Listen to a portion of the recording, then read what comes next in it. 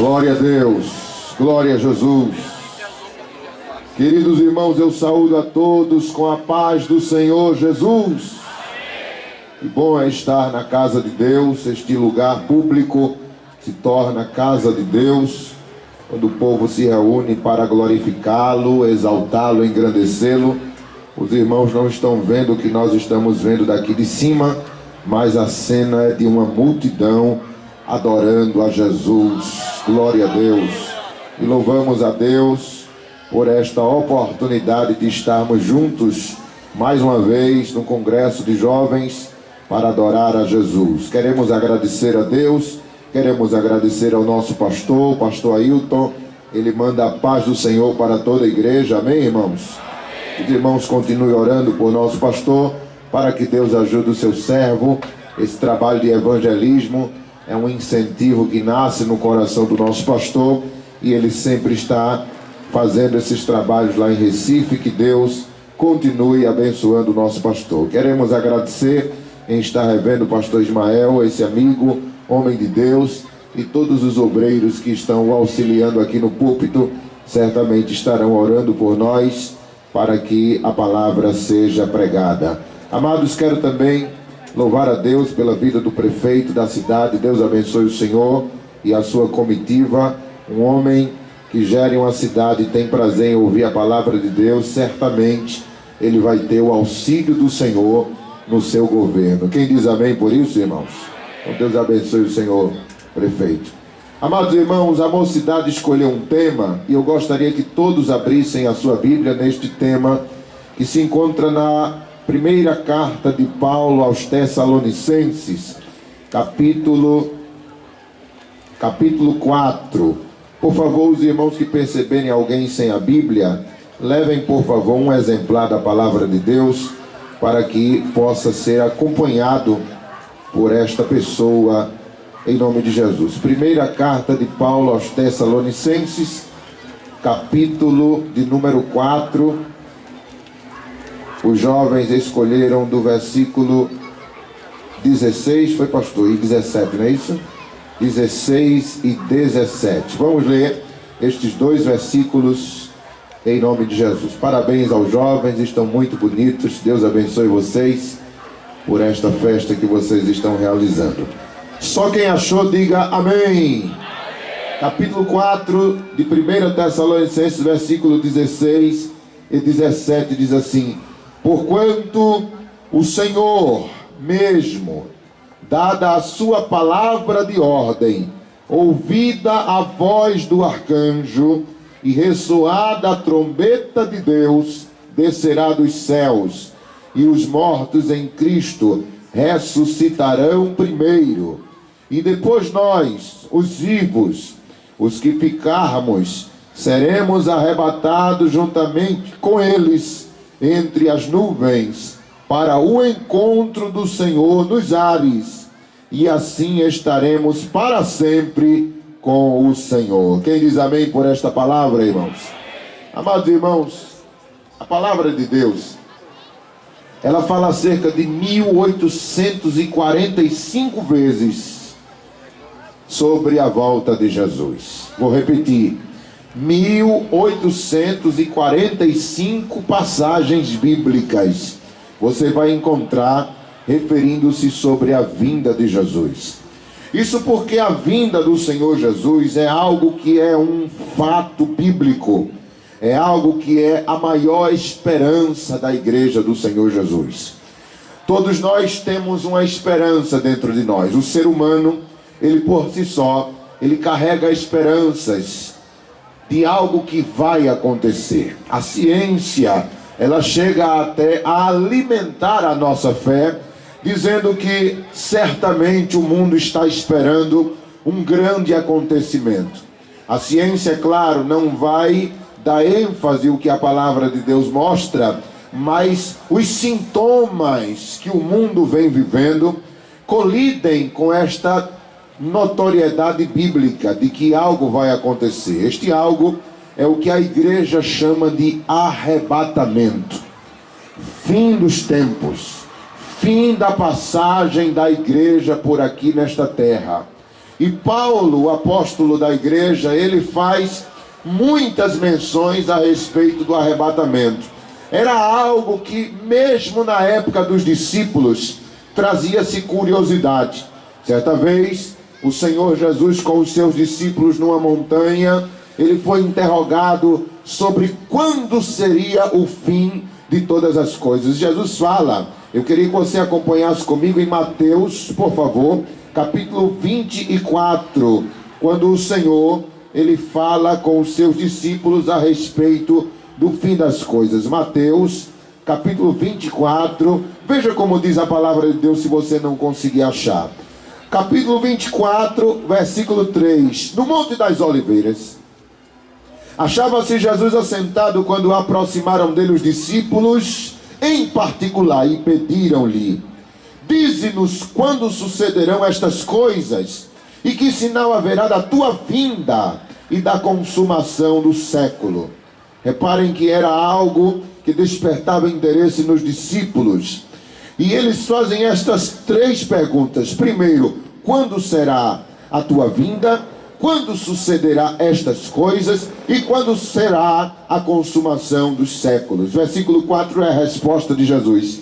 Vede que ninguém vos engane, disse o Senhor. Porque virão muitos em meu nome, dizendo eu sou o Cristo, e enganarão a muitos. E certamente ouvireis falar de guerras, rumores de guerras, e vede, não vos assusteis, porque é necessário que assim aconteça, mas não ainda é o fim. Porquanto se levantarão nação contra nação, reino contra reino, haverá fome e terremoto em vários lugares. Porém, tudo isso é o versículo 8 que Jesus fala. Tudo isso é o princípio das dores. Eu quero que você repita essa fala de Jesus. Diga assim comigo: tudo isso, diga bem forte, tudo isso é o princípio das dores. Reparem, amados irmãos, que Jesus usa fatos que aconteciam desde a sua época.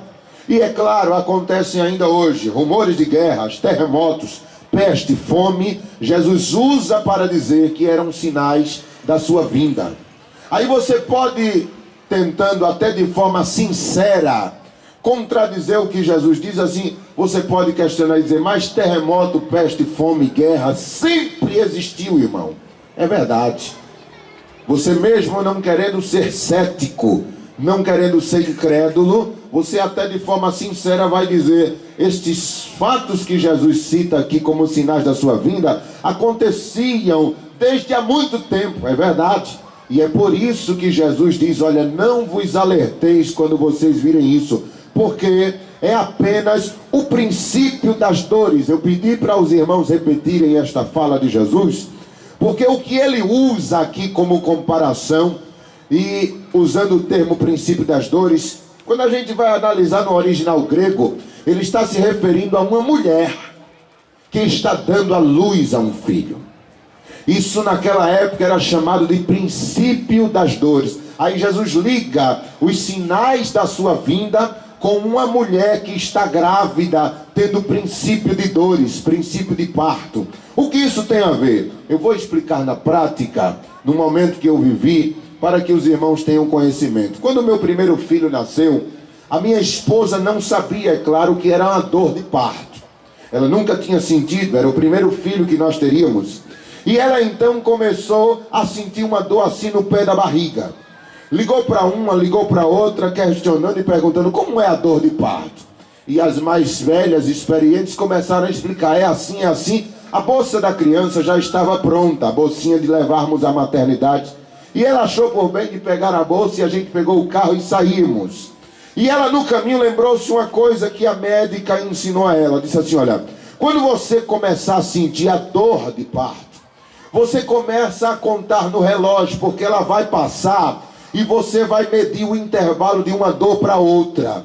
Neste intervalo você mede o tempo e se for realmente a hora do menino nascer, esta dor virá de novo, vai passar, e a próxima vez que ela vir já é num período menor do que a primeira vez. E minha esposa lembrou-se dessa orientação quando a gente saiu, ela sentindo a dor, disse assim, marca aí a hora, porque a dor passou. E eu marquei a hora. E ali na maternidade, quando estávamos esperando o atendimento, ela sentiu de novo a dor. Aí ela perguntou a mim, olha, tá vindo a dor de novo, faz quanto tempo que ela tinha parado? E eu olhei no relógio e disse, olha, faz 2 horas que ela tinha vindo.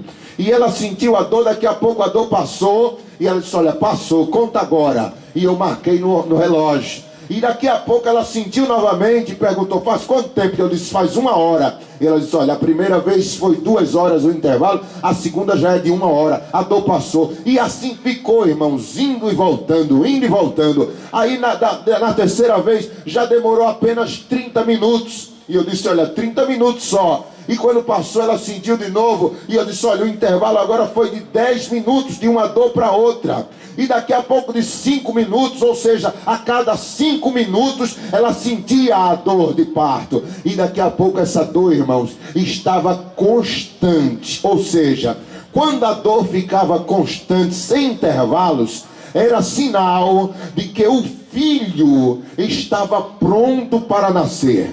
Quando Jesus fala das dores de parto relacionadas aos terremotos, às pestes, às guerras e à fome, ele quer dizer, olha, quando isso acontece, não é sinal da minha vinda, mas é a forma constante que essas coisas vão acontecendo, que aí vocês percebem que é justamente a hora que eu estou voltando. Ou seja, dá um terremoto daqui e daqui a 10 anos dá outro terremoto. É um intervalo longo. Então isso não quer dizer que é a vinda de Jesus. Agora, quando estes terremotos, irmãos, eles vêm, aleluia, é o que está acontecendo. Eles vêm, acontece um hoje. Aí o noticiário toma conta do Brasil, como foi agora o fato do México. E você olha quantas milhões de pessoas morreram. E você começa a perceber que o intervalo desse para outro que vai acontecer é um espaço curto. Um dia desse estávamos assustados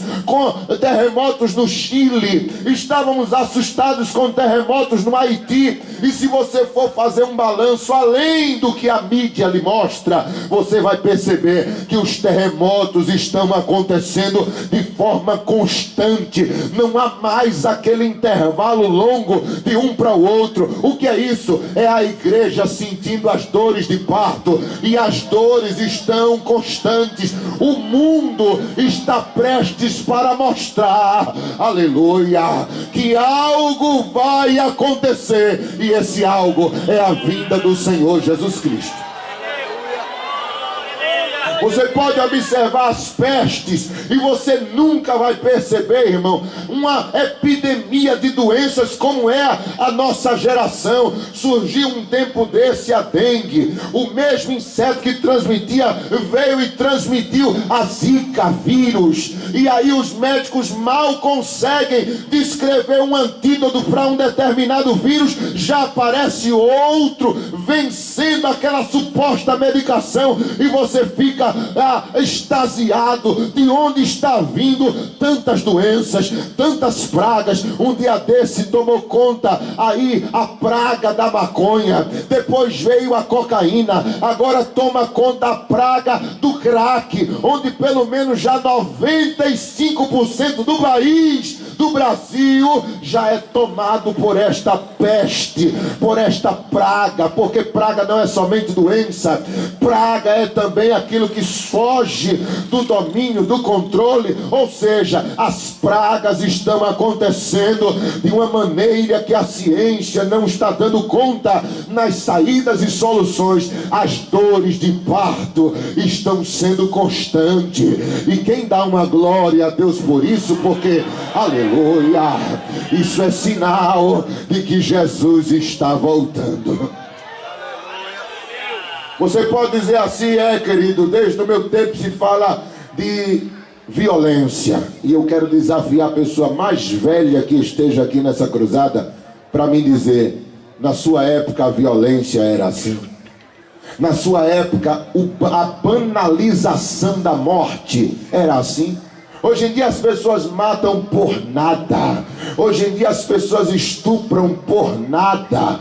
Hoje em dia os presídios estão superlotados. Ou seja, a degradação da imoralidade, do pecado e a violência vem tomando conta. E não é só em países subdesenvolvidos, é em países também de primeiro mundo que a violência está fugindo do domínio, do controle da população. Por quê? Porque o mundo jaz no maligno. Isso é o diabo percebendo que o Filho de Deus está voltando. Como certa vez eu expulsando um demônio, o demônio ouvindo da minha boca o nome Jesus, ele diz assim: ele está voltando. Ele não disse o nome Jesus, mas ele próprio confessou e disse assim: ele está voltando e eu preciso correr para tragar o máximo de pessoas que eu possa destruir, que eu possa tragar. Por quê? Porque o inferno está percebendo que os seus dias estão contados, que o Senhor está raiando nas nuvens e que a igreja preparada, que abre a boca e dá glória, ela está esperando esse momento a qualquer momento. Oh, glória a Jesus. Pega aí na mão dessa pessoa do teu lado e diga assim: Jesus está voltando. Jesus está voltando. Jesus está voltando. Jesus está voltando. Aleluia, aleluia. 1845 vezes a Bíblia vai falar a respeito da vinda de Jesus, e uma delas se encontra no livro que Paulo escreveu, a primeira carta aos Coríntios, capítulo 15, versículos 52 e 53. Paulo, através da revelação do Espírito Santo, ele diz assim: eis que vos digo um mistério, nem todos dormiremos. Esse dormiremos é morrer, mas transformados seremos todos num abrir, aleluia, aleluia, e piscar de olhos, ao ressoar da última trombeta. A trombeta soará, os mortos ressuscitarão incorruptíveis, e nós seremos transformados. Já era para você estar dando glória, eu não sei por que não deu. Porque é necessário que este corpo corruptível se revista de incorruptibilidade, e que o corpo mortal se revista de imortalidade. Quem diz amém por isso, irmãos? O arrebatamento da igreja, irmãos, ele virá com dois fatos. O primeiro fato é que todos os mortos em Cristo, do Velho Testamento e do Novo Testamento, eles ressuscitarão. Irmão Lorival, e na época em que Jesus ainda não tinha vindo, como estes mortos do Velho Testamento, eles alcançarão a plenitude da salvação? Porque eles acreditaram naquela promessa que Deus fez a Adão e Eva, quando disse: do ventre dela virá um que esmagará a cabeça da serpente e será ferido no seu calcanhar. Esta promessa da vinda de um Redentor era justamente a única porta que existia na terra para que as pessoas fossem salvas. Então diz a palavra de Deus em Hebreus que aqueles que, mesmo não alcançando a promessa, mas creram na promessa, estes, aleluia, também alcançarão a salvação. Quem diz amém por isso? Agora, aqueles que vivenciaram a vinda do Senhor, estes têm a Cristo como a porta. Ele mesmo disse: eu sou a porta, aleluia. Somente Ele é a porta que vai nos conduzir ao Pai Celestial. E diz a palavra, Paulo escrevendo, que esse fato do arrebatamento, ele tem dois fenômenos ligados. Um é que todos os mortos ressuscitarão primeiro. Todos os que foram queimados nas fogueiras romanas, que somente restaram cinzas, que foram destruídos pelos leões e pelas feras, despedaçados pela ordem do imperador Nero, aleluia, estes homens, aleluia, também ressuscitarão, porque onde estiver uma partícula partícula de corpo, o Espírito Santo vai juntar, e daquele fragmento de corpo, ele vai fazer um homem novo, regenerado e com corpo glorificado. Quem dá uma glória a Deus por isso?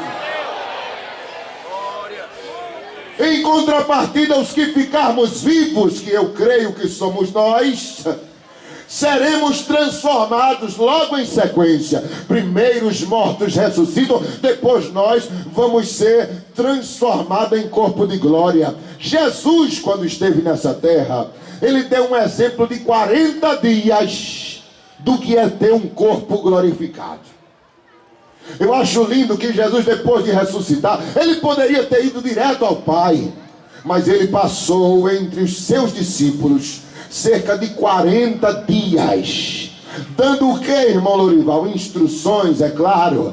Dando o que mais? Uma demonstração do que é ter um corpo glorificado. Olha só como Jesus fazia, irmãos. Diz a palavra de Deus que os discípulos estavam em casa. É claro, depois da morte de Jesus, depois da ressurreição, houve uma perseguição muito intensa da parte do Sinédrio para capturar os discípulos de Jesus, porque o Sinédrio queria alimentar a ideia de que foram os discípulos que roubaram o corpo de Jesus daquele sepultamento, daquele sepulcro. E agora os discípulos estão todos trancados dentro de um cenáculo, dentro de casa. Ninguém entra, ninguém sai.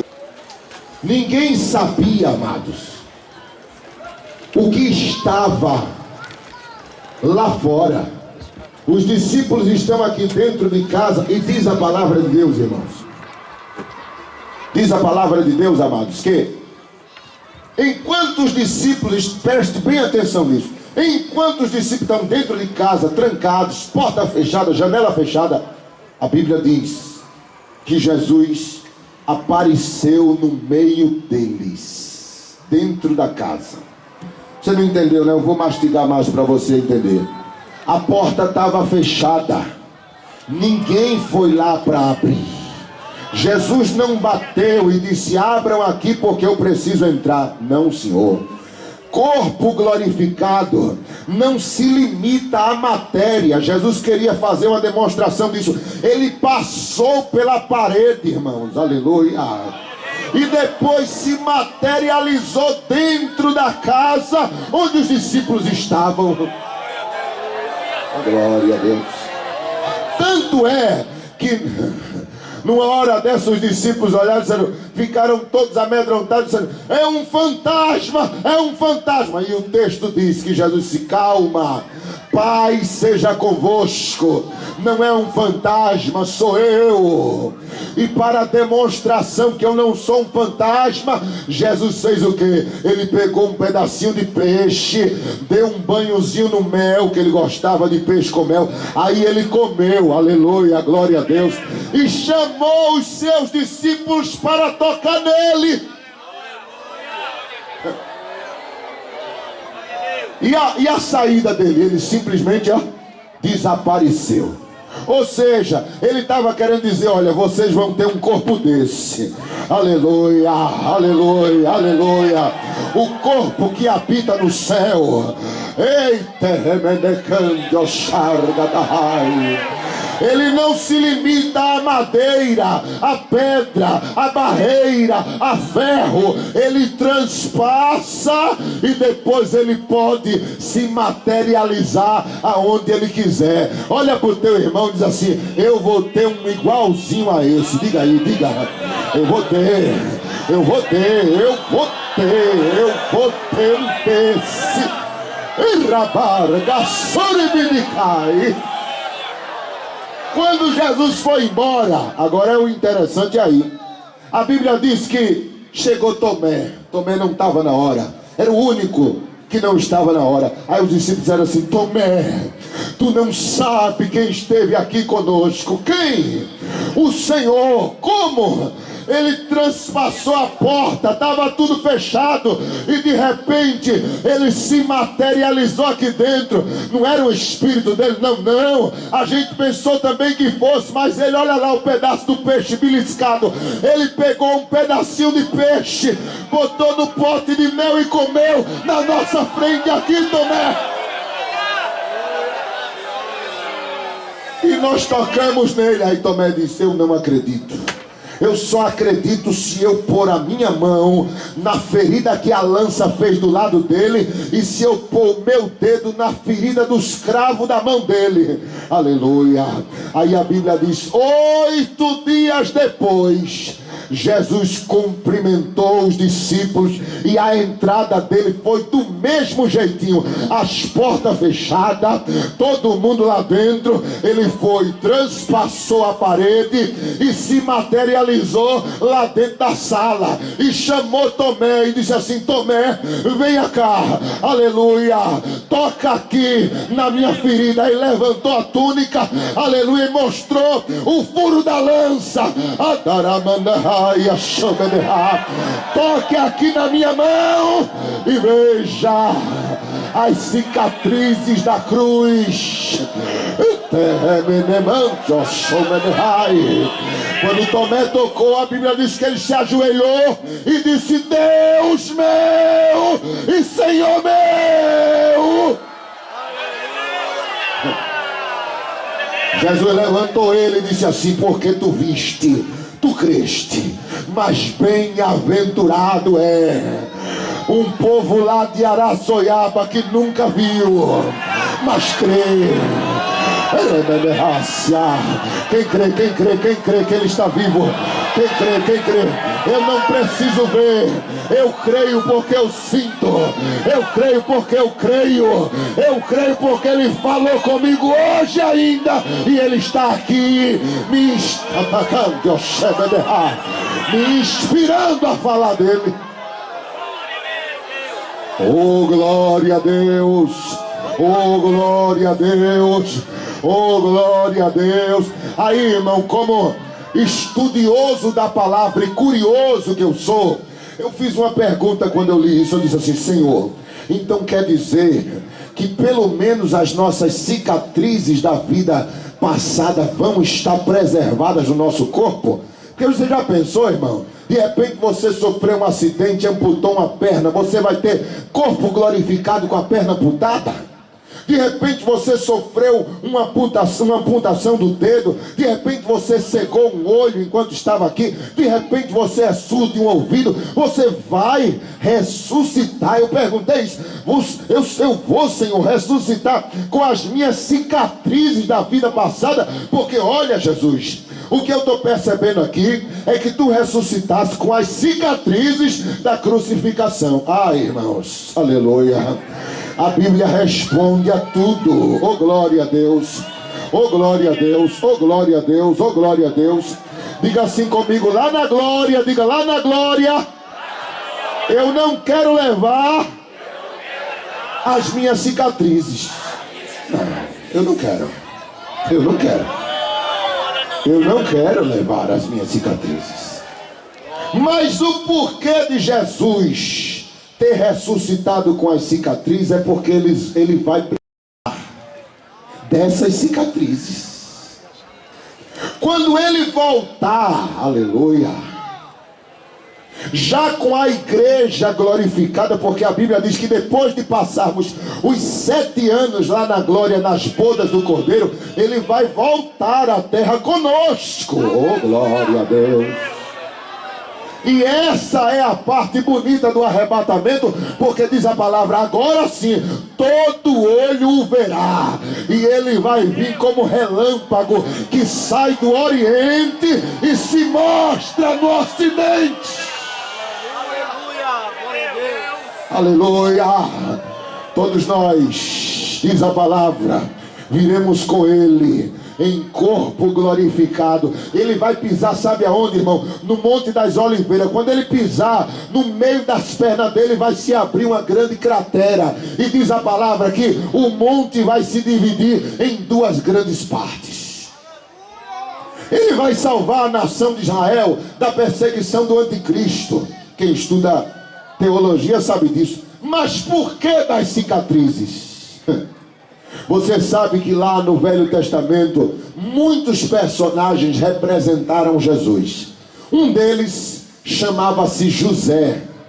Diz a palavra de Deus que ele foi vendido para o Egito, e as novelas estão aí mostrando a sua história. Até quem não lê Bíblia sabe quem foi José, José do Egito. Quando ele foi vendido lá no Egito, diz a palavra, irmãos, que ele passou muitos anos na casa de Potifar. Depois passou mais alguns anos no cativeiro, preso por ter sido condenado por tentativa de assédio contra a esposa de Potifar, e que foi tudo uma farsa, uma calúnia. Depois ele passou um tempo como governador, que representou, ele interpretou o sonho de Faraó, e depois ele teve um reencontro com seus irmãos. Um reencontro. Sabe quanto tempo tudo isso durou, irmãos? 29 anos. 29 anos.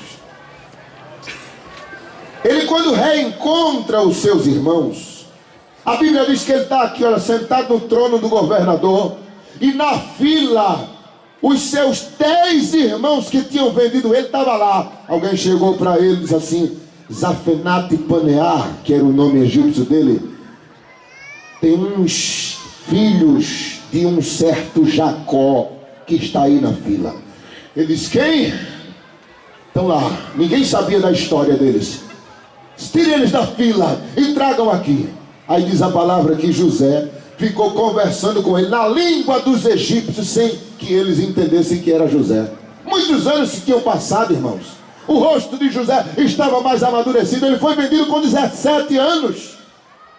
Diz a palavra de Deus, irmão, que depois desses tantos anos ali, os seus irmãos não reconheceram. Aí José pergunta: quem são vocês? Aí o tradutor pergunta: quem são vocês?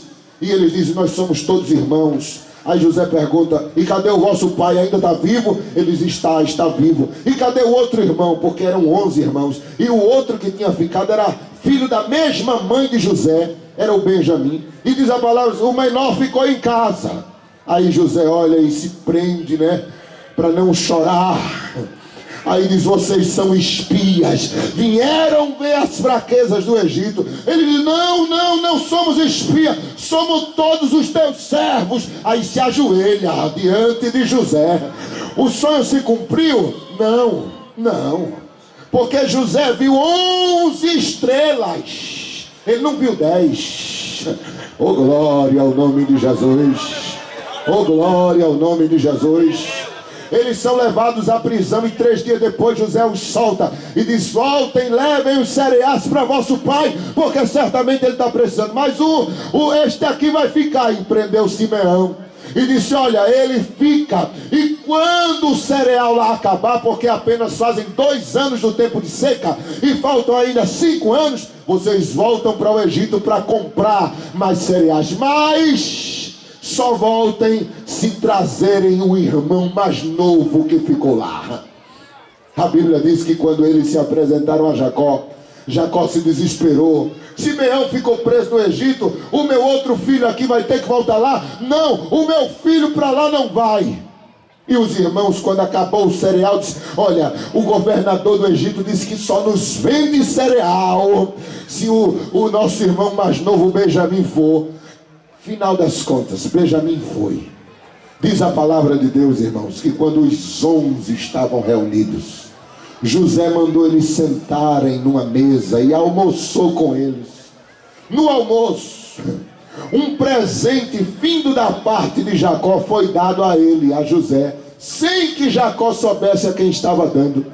Quando José vê o presente, ele se emociona, vai para trás de uma cortina e começa a chorar. E depois ele volta, e quando volta, aí sim, os 11 se prostraram perante ele. Aí se cumpriu o que Deus tinha mostrado a ele, aleluia, há décadas atrás. Não eram 10, eram 11 estrelas. Eram 11 molhos na revelação que estavam prostrados perante o molho de José. E quando eles se prostram, diz a palavra, José os levanta. E aí José se declara quem ele realmente era.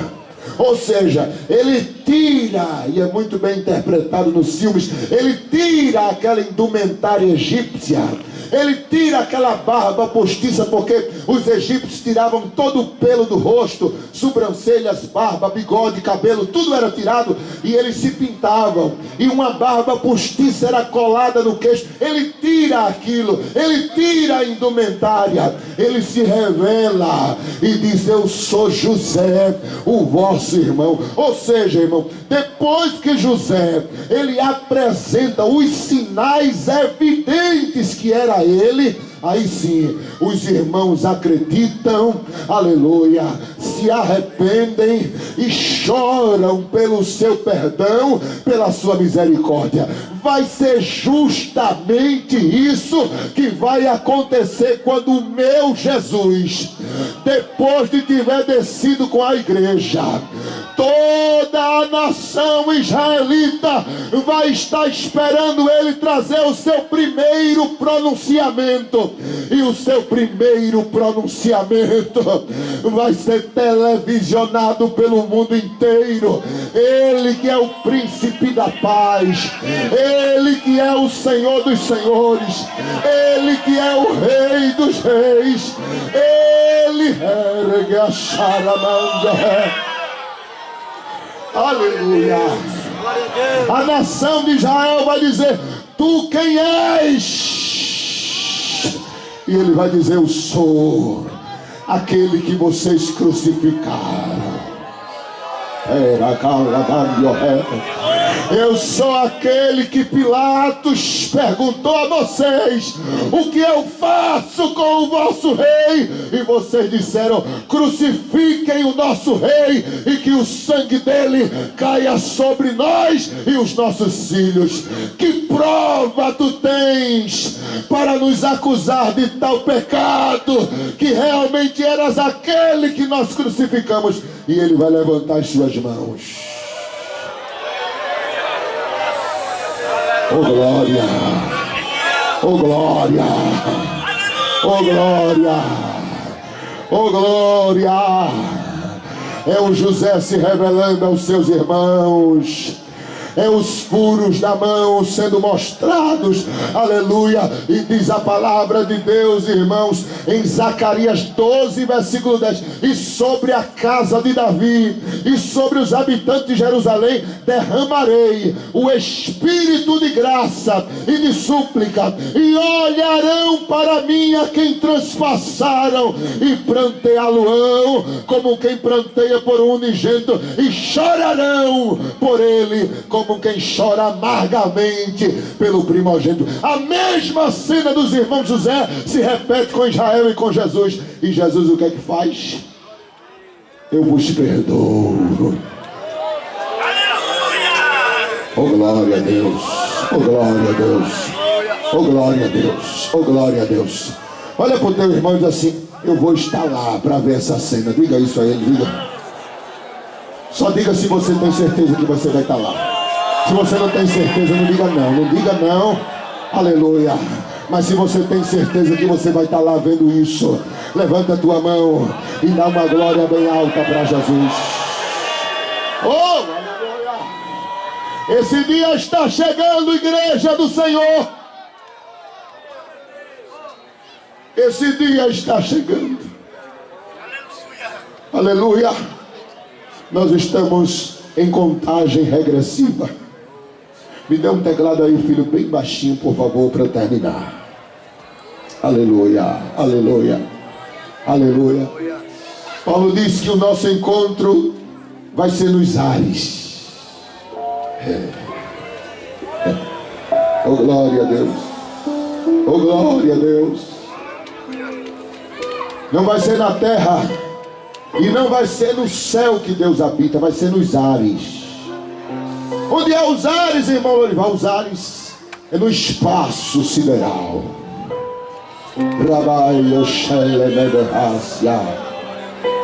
A Bíblia, a maior fonte de conhecimento que o homem pode consultar, ela diz que nós temos acima da nossa cabeça pelo menos 3 céus. O céu atmosférico, esse azul.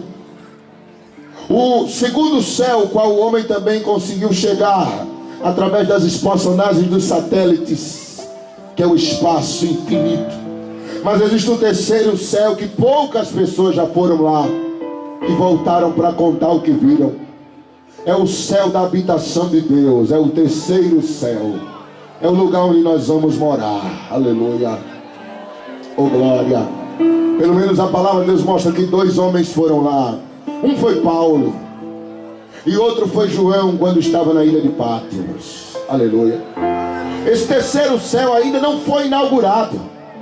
Todos os crentes que morrem em Cristo Jesus estão aguardando o momento do arrebatamento da igreja. E onde eles estão esperando? No lugar chamado paraíso. É uma antessala. É uma sala de espera.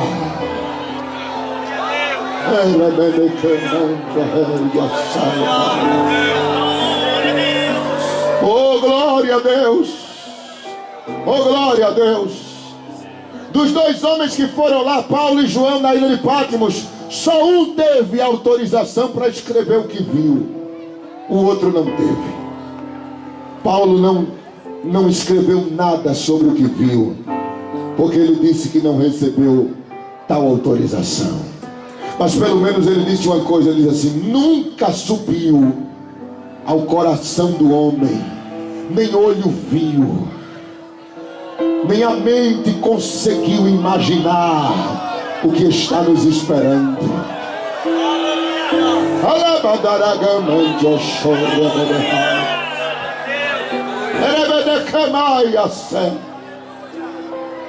Mas ele diz no texto que os jovens escolheram para o tema. Ele diz assim: nosso encontro se dará nos ares. Oh glória a Deus. Oh glória a Deus. Nos ares. Isso quer dizer que nem vai ser na terra, nem vai ser na glória celeste. Vai ser no espaço. A Bíblia diz que a igreja vai ser arrebatada pelo Espírito Santo. E o noivo da igreja sai do seu lugar de glória e vem encontrar com ela no meio do caminho. Não é assim que os casamentos acontecem, irmãos? A noiva vem trazida por alguém, o noivo está aqui no altar e ele vai se encontrar com ela no meio da igreja. Era assim os casamentos em Israel, é assim os nossos casamentos, e é assim que vai ser. O nosso encontro com ele vai ser nos ares. Oh glória a Deus.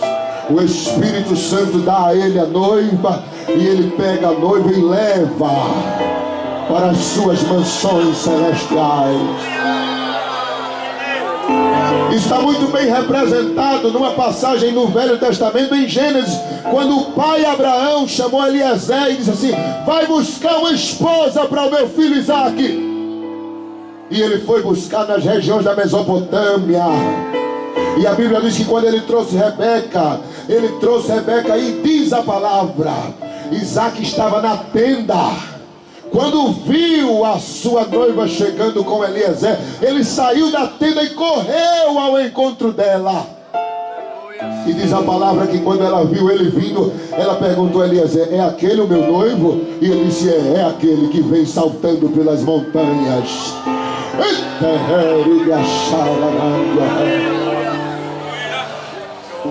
Quando ele se encontrou com Rebeca, ele então levou ela para dentro da sua tenda. A figura do arrebatamento da igreja está em todos os lugares. Mas uma coisa que eu achei interessante na Bíblia, irmãos, aleluia, é que Paulo diz que os ares hoje estão habitados por demônios. Ele escreveu isso no livro de Efésios, no capítulo 6 e no versículo 12. Ele diz assim: porque a nossa luta não é contra a carne nem o sangue, e sim contra principados, potestades e demônios, dominadores deste mundo tenebroso e as forças espirituais da maldade que habitam nas regiões celestes. Ora, se os demônios habitam nas regiões celestes e o nosso encontro com Jesus vai ser nas regiões celestes, como pode ser isso? Esses demônios habitam tanto nas regiões celestes, irmãos, que houve uma batalha lá no Velho Testamento, no livro de Daniel, no capítulo 10. Quem não gosta de Bíblia, irmão, deve estar passando mal, né? Aleluia. Mas quem está gostando, diga amém. Capítulo 10, versículo 13 de Daniel, diz a palavra que Daniel estava orando para que Deus mandasse uma resposta. Ele fez uma campanha de 21 dias de jejum, comendo apenas em partes. Ele já estava com cerca de 84 anos. O período do cativeiro já tinha terminado, de 70 anos em Babilônia. E ele agora estava orando, dizendo: Deus, cumpre a tua palavra. Aí diz a palavra de Deus: 21 dias depois, chega um anjo trazendo a resposta para Daniel. Daniel, quando viu aquele anjo, tremeu todo, caiu, se prostrou. O anjo levantou ele e disse assim: Daniel, tu és muito amado de Deus, e no princípio da tua súplica saiu o que, irmãos? Saiu a ordem. Olha os irmãos como conhecem. No princípio da tua súplica, ou seja, quando tu começasse a campanha de oração, Deus já me chamou e disse: leve a resposta, porque é o tempo de eu libertar o meu povo. E Daniel está clamando por libertação. Eu vim trazendo a resposta, só que ele diz no versículo 13: eu fui impedido pelo principado da Pérsia. Quem era o principado da Pérsia? Um demônio, irmãos, responsável por bloquear toda aquela região. Então o anjo sai da glória com direção à terra, mas nos lugares celestiais ele foi impedido pelo principado da Pérsia. E ele diz: então Deus enviou o arcanjo Miguel, o anjo das guerras, e ele veio ao meu auxílio, e houve batalha nos céus por 21 dias, Daniel, mas nós vencemos, prevalecemos, e eu estou aqui te trazendo as respostas.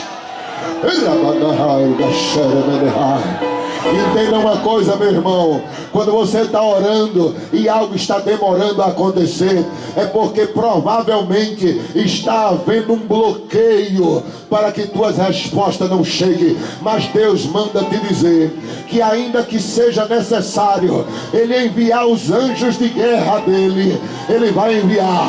Abra sua mão aí, abra sua mão aí, abra sua mão. E o que é teu vai chegar na tua mão, diz o Senhor dos Exércitos, e não vai ter demônio que impeça.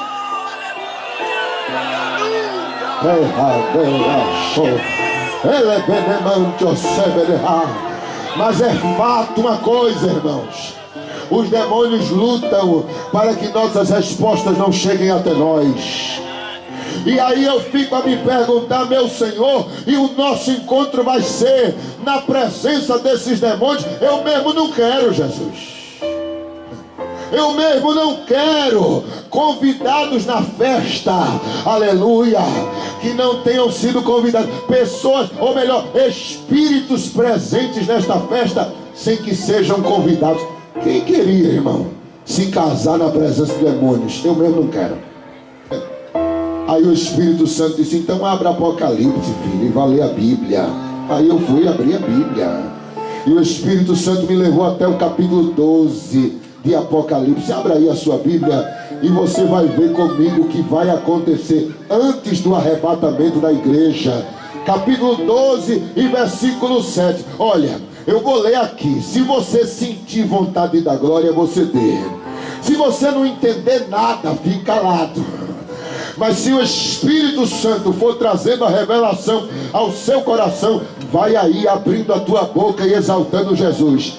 Reparem, capítulo 12, versículo 7. Isso aqui, irmãos, é antes da grande tribulação, a qual a igreja não vai passar. Veja só, houve peleja no céu, e Miguel e os seus anjos pelejaram contra o dragão, e também pelejaram o dragão e os seus anjos. Ou seja, Miguel trava uma batalha com o diabo e os demônios caídos. Veja o versículo 8: todavia não prevaleceram, nem mais se achou o seu lugar no céu, e foi expulso o grande dragão, a antiga serpente, que se chama Diabo e Satanás, o cedo todo mundo. Sim, ele foi atirado na terra, e com ele os seus anjos.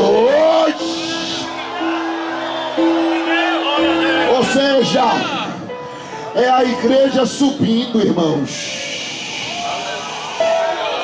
e o diabo caindo na terra, para que dê início ao período chamado na Bíblia de grande tribulação. Ou seja, o Senhor está dizendo pela palavra: fica tranquilo, filho, lá no encontro só vai ter a igreja,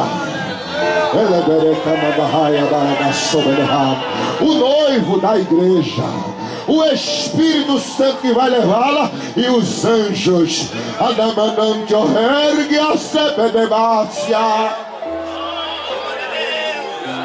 Eu vou dizer uma coisa aqui à igreja: não falta mais nada para isso estar acontecendo. Pode ser até, eu não sei se você vai crer nisso ou vai achar um exagero, mas pode ser até que enquanto eu esteja pregando aqui, a batalha de Miguel com o dragão já esteja acontecendo. Tu crê nisso? Tu crê nisso? Pega a balança esse crente assim, diz assim: eu creio. Diz ao da frente, diz ao de trás, diz ao da frente, diz ao de trás, diz ao do lado, diz ao da direita, da esquerda: eu creio que vai ser a qualquer momento. É só uma limpeza que está sendo feita na terra.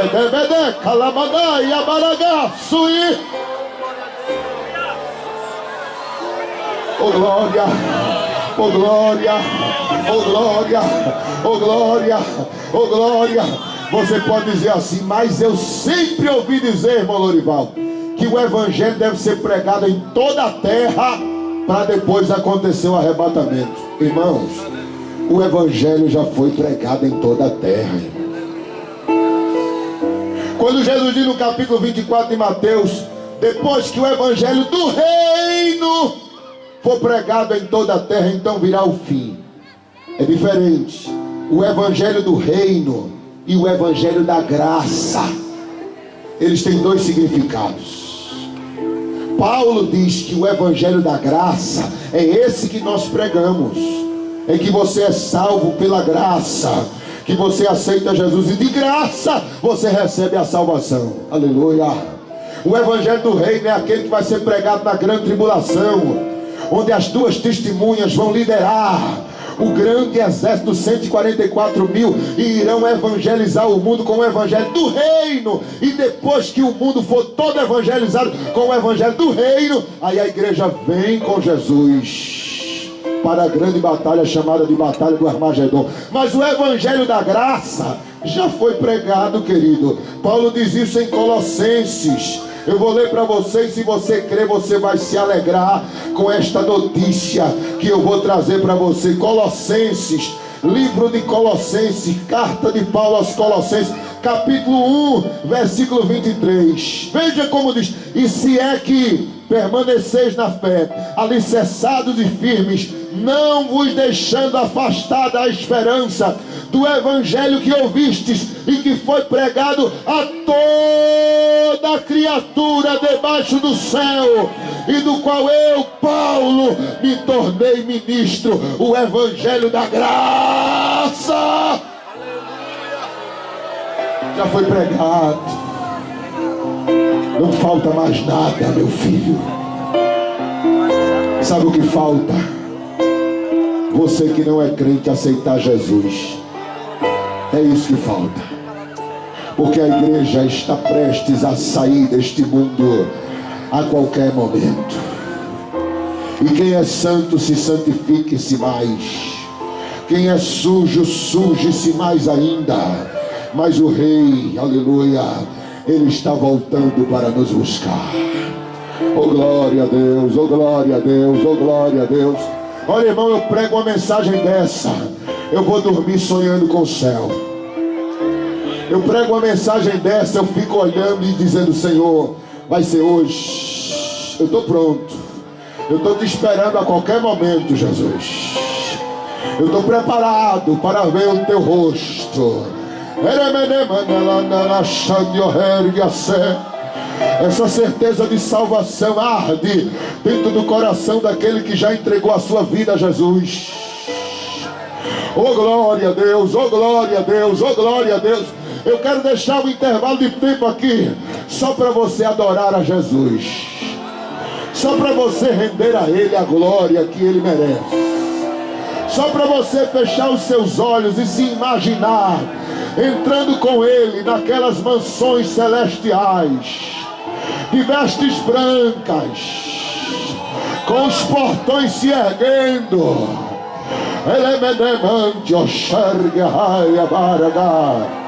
E vê como João viu multidões e multidões de todos os povos, línguas e nações. Adore a Jesus. Não se envergonhe de adorar Jesus aqui no meio deste pátio. Não se envergonhe de falar em línguas, porque está no meio da rua. Adore a Ele, exalte a Ele. Ninguém vai poder te tirar essa certeza de que o Rei está voltando. Adore, adore, adore. Serebedecamandahaya baraga sorebedeha rebedemancho shobadahaya barigaso lebedemantia sebedehasia. Eu quero que você escolha uma pessoa do seu lado. E eu quero que pelo menos por um minuto você fique com a mão dada nesta pessoa, de preferência alguém que você conheça, e pega assim na mão dele, pega assim na mão dela e diz a ela assim: sinta a alegria da salvação. Diga isso, diga isso, diga isso, diga isso, diga isso. Sinta, sinta, sinta, sinta, sinta. Só a noiva adore a Jesus. Só a noiva do Cordeiro. Para o teclado aí, meu filho. O noivo quer ouvir o som de adoração da noiva. Adora dando glória.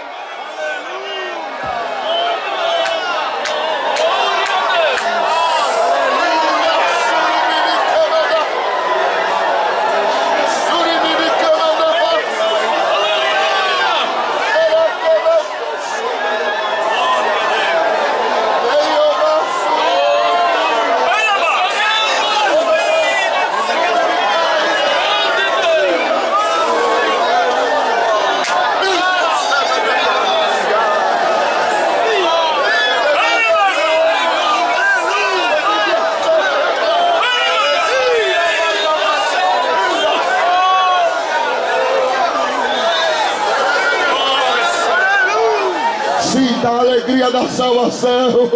Sinta a alegria da salvação. Seu nome está escrito lá. Seu nome está escrito lá.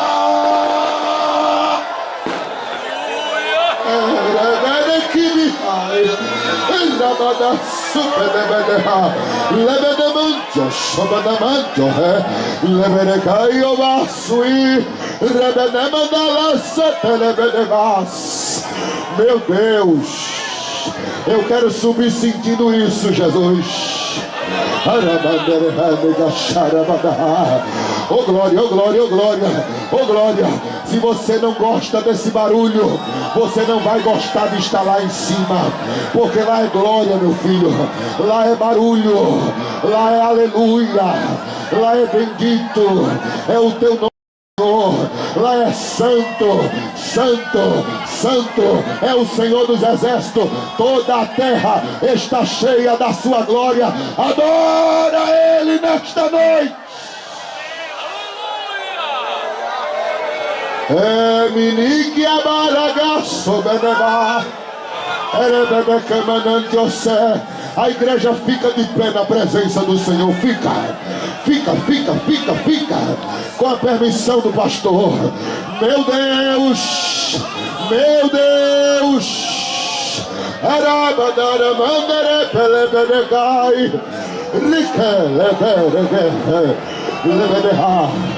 Essa certeza ninguém tira de dentro de você. Essa certeza ninguém pode tirar de dentro de você.